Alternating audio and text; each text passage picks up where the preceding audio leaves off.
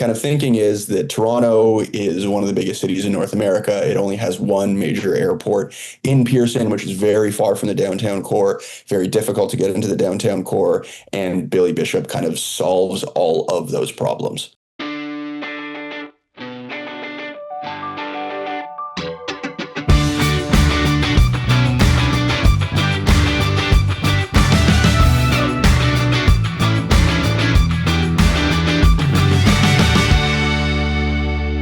Back on Closer Look with Michael Friscolanti. I'm Scott Sexsmith. The Premier making a lot of headlines recently with these big, wonderful projects that he wants to. Lots of projects. It's almost like he wants that to be his legacy. It sure feels that way. It does feels feel like that every way. day, right? Whether it's, I'm not the expert following with the Science Center, the Metro Toronto Convention Center, the Ontario Place renovations. The island that isn't an island. Yeah, the fill Yes. us in. And now there's talk about landing jets at Billy Bishop. Yeah, that's the big talk this week. And I guess him and his late brother, Rob Ford, talked about this a lot, about expanding the island airport. And now that Doug is the premier, he's brought that back up, was talked about it in a scrum this week about how they're going to make it happen one way or another. They're going to expropriate Toronto's share in that property. It's fascinating because Billy Bishop is one of those amazing things. It is. I don't know another city that has an airport like that, major city that has an airport. It's a great airport. It's wide. There was a time in my life where I was flying, I felt like every day, and I was living at that airport, and I was coming in and out of there. First when they had the ferry going across, and then I literally watched that whole tunnel be built, and it was an engineering miracle in my mind that you could put a tunnel under a body of water like that. And every time I landed or took off, I'd walk over top of it and look down, and they'd be doing more and more, and they dug really deep. It was amazing. I sound like Donald Trump talking about. It's the most tremendous, it's the biggest hole I've ever seen. Anyways, the charm of it, I think, was that these jets weren't huge jets. They were I don't know what the right term, what kind of planes Q400s? Q400s, yeah. And then Air Canada flies their Dash 8s out of there or something like that. And it's really cool. You come into the city and you see all the big skyscrapers as you're coming in. It's beautiful. It's wild. Yeah. And you always did kind of feel like you're really close to the buildings too, right? It's like, wow, you're really tight, and you wonder if you could fit bigger jets. And of course, people who live down there, they've known that they've lived down there for a long time. There's always been an airport. But the idea of bringing in, and we don't know what size jets yet, but bringing in big, 300 passenger jets, that's a big difference, and I bet a lot noisier, I would assume. A lot noisier, and if I'm the pilot, I'm double-checking my brakes. Yeah, so you can imagine there's a lot of complications and a lot of details in how this would actually work, how the expropriation would work, the things that would have to be done to the property to accommodate bigger jets, what the flight paths would be. And who better to talk about it than a guy who's already been digging into all these issues, Aidan Chamandy. He's one of our reporters at Toronto Today. He used to work at the Trillium. We've had him on many times. He's always doing really interesting stories. But it's been a while since he's been on. It has been. I'm looking forward to talking to him. For decades, Billy Bishop Airport has been the subject of a tug-of-war between those who see it as a vital economic engine and those who see it as an intrusion on Toronto's waterfront. Now, Premier Doug Ford is making a bold move by announcing that the province will take over the City of Toronto's stake in Billy Bishop Airport, a step that could clear the way for larger planes, more passengers, and help to relieve pressure on Pearson International Airport. But critics, including Toronto Mayor Olivia Chow, say bringing jets to the waterfront would mean more noise, more congestion, and could violate long-standing agreements governing the airport. To break it all down, including the implications of this move, is Aidan Chamandy, our reporter from Toronto Today, who's been covering this story. Aidan, good to see you. Welcome to Closer Look. Thanks for having me again, guys. Okay, Aidan, has Ford brought this up before, or is this the first time that he's talked about expropriating the land? No, this is a long-standing interest going back decades to, the Ford's kind of heyday on city council, even as far back as 15 plus years. All right, Aidan, what's the rationale here then? What's driving this push, or flying it, I guess is the right word? Well, Pearson is not exactly a popular airport. People complain about it all the time. It's jammed, and Billy Bishop is right on the waterfront close to downtown. It is a airport that political officials use all the time whenever we get freedom of information requests back showing political figures travel. They're always flying out of the airport. And the kind of thinking is that Toronto is one of the biggest cities in North America. It only has one major airport in Pearson, which is very far from the downtown core, very difficult to get into the downtown core, and Billy Bishop kind of solves all of those problems. Can we kind of go through the expropriation a little bit here, Aidan? Because I've heard, obviously, governments expropriate land all the time, but I don't think I've ever heard of an expropriation of a portion, like an ownership stake in the land, because others are own this land as well. Is it going to be simple for the Ford government to do that? So the city owns about 20% of the land that the island airport is on. And I mean, given kind of Canada's constitution and, cities are creatures of the province does have a lot of powers here. So there is the existing Expropriations Act, but the province can kind of pass a bill allowing them to do whatever they want if they don't think that the existing legislation kind of gives them all of the powers that they want. The kind of added complication here, and this comment might be obsolete in a day because this is a fast-moving file. We don't have a lot of details. It's just really going off what the premier says. Is it's one thing to have the city own part of the land. It's another thing for the city to be actually part of the tripartite agreement between the Port Authority and the federal government. So it's kind of an open question right now based on early conversations that I've been having with folks kind of in and around the space as to whether even if the city no longer owns the land, do they still kind of have some legal claim to the state, given that they are a signatory to the tripartite agreement, which the province is not. That makes sense. That's what's confused me is that your coverage has been great, but that's what I wondered as well. Like, there's more to it than just taking the land to put a highway in, for example, right? Yeah, absolutely. Because they're like, it's the land and it's the legal document governing it. Aidan, can Billy Bishop actually accommodate these big passenger jets that Ford wants to fly in there? Yes, with a caveat. So the airport as it exists cannot, but there have been plans going back again, like decades, to expand the airport. In fall 2024, there was an item that came to City Council where the airport was talking about kind of three scenarios for expansion. There has to be a small expansion by 2027 to comply with federal safety standards, but that's just really extending the runways a little bit. But as part of that process, the airport came and said, okay, if we want to do this little expansion to comply with federal safety standards, we can do that. It'll cost this much. But we can also do a larger expansion or a much larger expansion, and that much larger expansion would allow for the accommodation of larger jets. Would that mean more fill, like we've heard with the, the convention center? Like, would they actually have to build the island bigger? As far as I understand it, yeah, it would require like more runway, not necessarily like more kind of, because the runway, the airport is connected to the Toronto island, so it doesn't necessarily mean expanding like, the kind of public part of the island and whatnot, but it's more runway. Yeah. Has anyone looked at it just filling the whole lake? Just, we'll do that. Would do. It seems like we're almost getting to that. Wouldn't that just be easier, Aidan? Well, the Toronto Islands actually, interestingly enough, was just a peninsula back in like 1850, but there was a huge storm that knocked out part of the like the peninsula connecting it. So, I mean, you could do that, but nature has its own ideas. That's the headline. Aidan Chamandy says you could do that. Still Lake, Ontario. I like it. Yeah. Thanks for joining us, Aidan. We appreciate it. No, I'm just kidding. There's all the talk of, obviously of the noise from these planes, and that's what's really has people upset, obviously. I've flown in there. We've all flown in there lots of times. Yeah. I lived in Toronto for a long time. I can't imagine the difference between what's flying in there now and, like, say, a big Boeing 747 or whatever that would fit in there coming in. In terms of that, we know that you can't really fight the expropriation. There's not much you can do on the books in terms of legalities. But in terms of fighting this push to get bigger jets, what are the people who oppose to it doing? So again, it's early days, but there's an old group called No Jets TO that was very active in kind of the early 2010s when this was last kind of spiking at council. They've revived themselves. One interesting thing that we haven't really heard is the federal Liberal MP's position on this, considering like this, when this is hot during an election time, like this is kind of the only thing that people downtown talk about. And there are by-elections going on right now. There's one in Scarborough Southwest, which is a little bit east, but would be in the flight path. Yes, that's right. So I imagine this is something that will be brought up as part of that political process. The other interesting thing, which again we don't really have an answer to, is we don't exactly know what kind of planes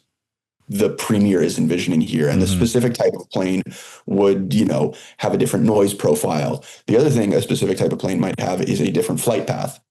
So on the eastern edge of the island is where a lot of these things would be coming in, but the city just has just put forward plans for a massive development on another kind of stretch of infill island that would be along the flight path. And the open question is, if jets come to the island, would the flight path affect the building heights that are planned for this massive development? It seems like they would right now. There are currently plans to have as high as, I believe, 45-story towers in a place called Villiers Island.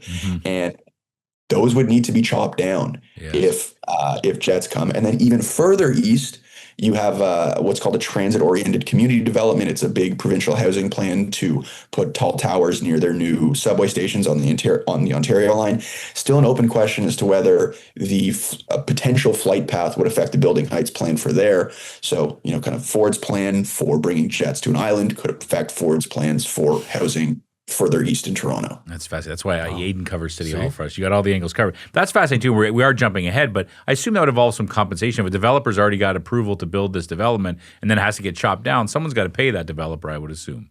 One would imagine the province can indemnify itself from certain things, but I think it's kind of one thing for the province to piss off the Villiers Island people, because that is not necessarily development that the province has a stake in. That is a city-led development with some federal money.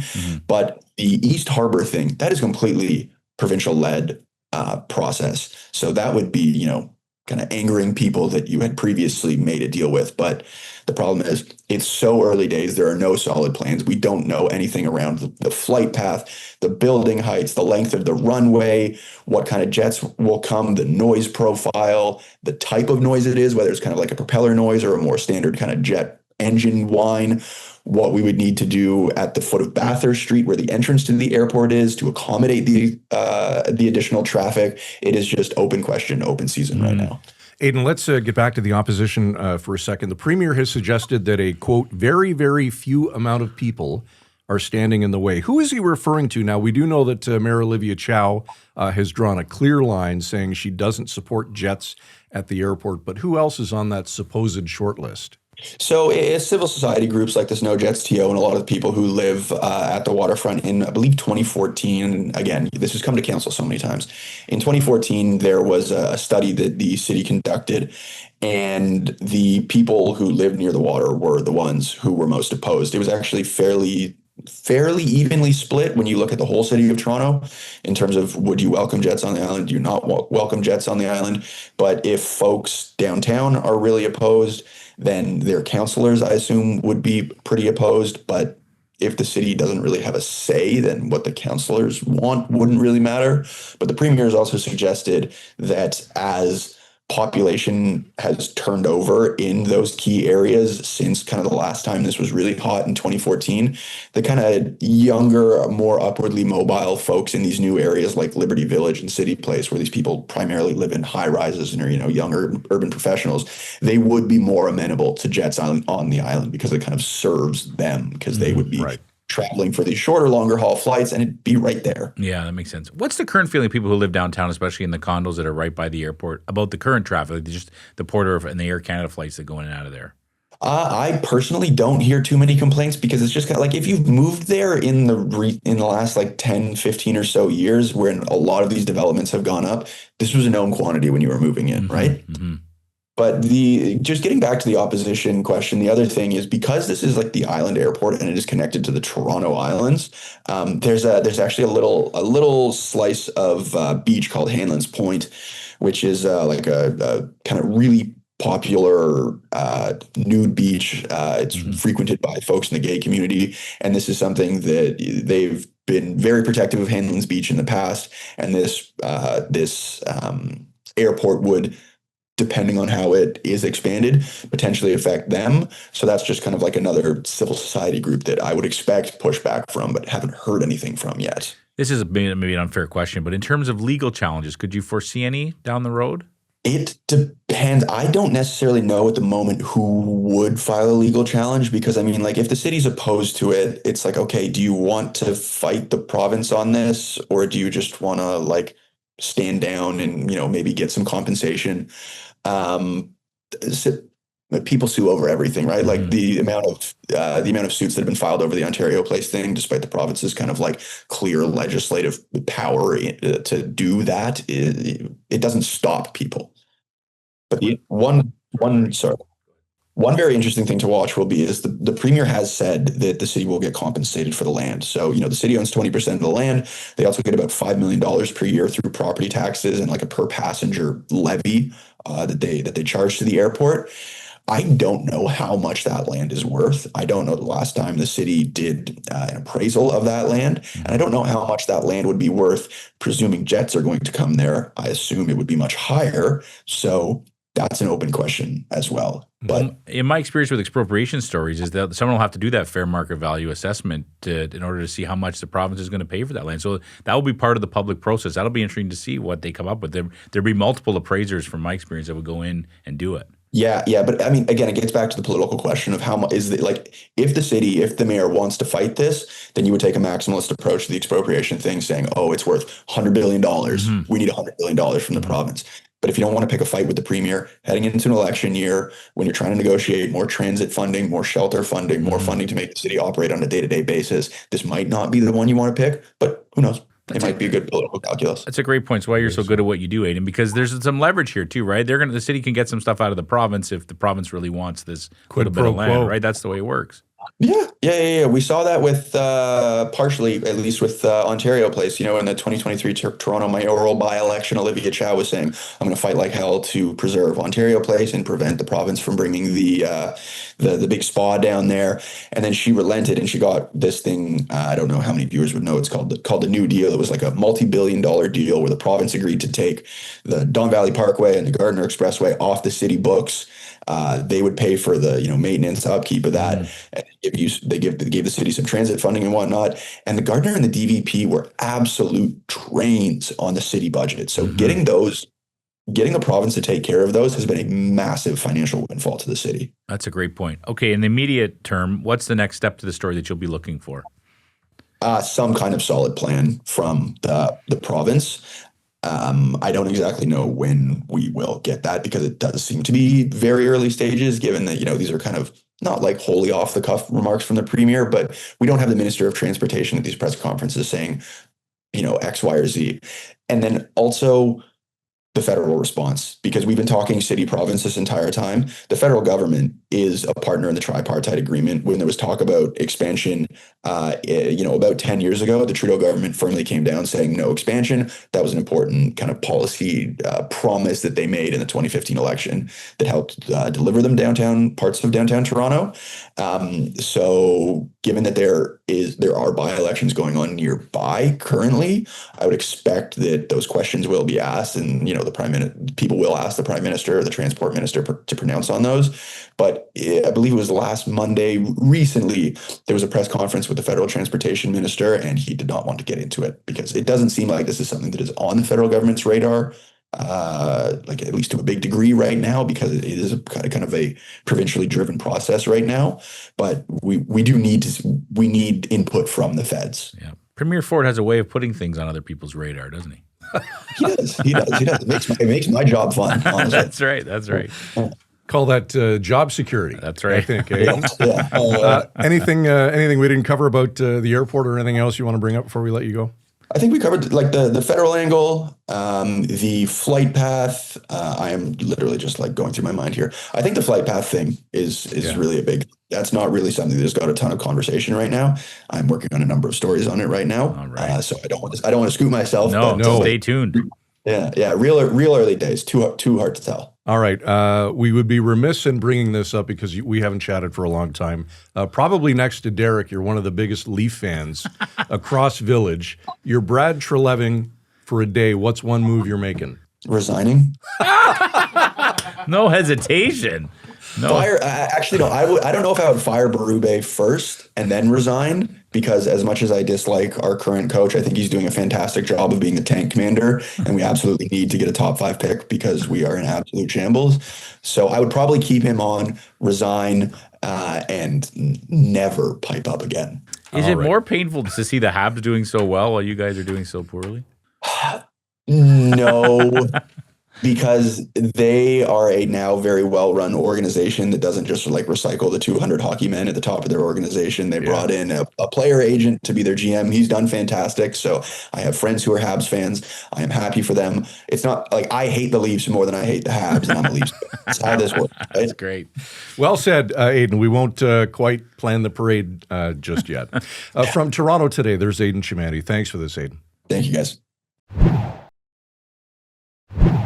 We got to have Aidan on more regularly because not only is he good at he's great at what he does, but he can explain things that a person like me a layperson can understand. You know what I mean? That's the brilliance. Yeah, he's really good at taking a complicated story. And he does tackle so many complicated stories. I think we had him on last year, the year before, talking about this big project he did on hallway healthcare. Yes. Where he found out how bad it was in each hospital in Ontario based on FOI requests, put together a database, and reached out to all these hospitals. I mean, it was a fantastic project. Yeah. And I don't want to say he does it with ease because it takes a lot of effort, but he does understand exactly what his mission is in terms of finding where the news is, right? And that's a hard thing to do because they don't the organizations and governments don't just put that out there and say, okay, everybody, here it is, boom, with big flashing lights. He's digging in and finding it, and so I can only imagine what he's going to come up with about the flight paths, as he mentioned. We'll see. You can't teach that stuff, even when you have a good teacher like you. No, he's way better than me. All right, that's it for us tonight. Closer look at villagemedia.ca. What do you think about big jets flying into Billy Bishop? Let us know. We'd love to hear from you. For Derek Turner, executive producer of tonight's program, Michael Friscolanti is our editor-in-chief here at Village Media. I'm Scott Sexsmith. Have a great night. Thanks for your time. We'll see you tomorrow night at 7 right here on Closer Look. Frisco and Scott's Wardrobe provided in part by Moores, Sault Ste. Marie.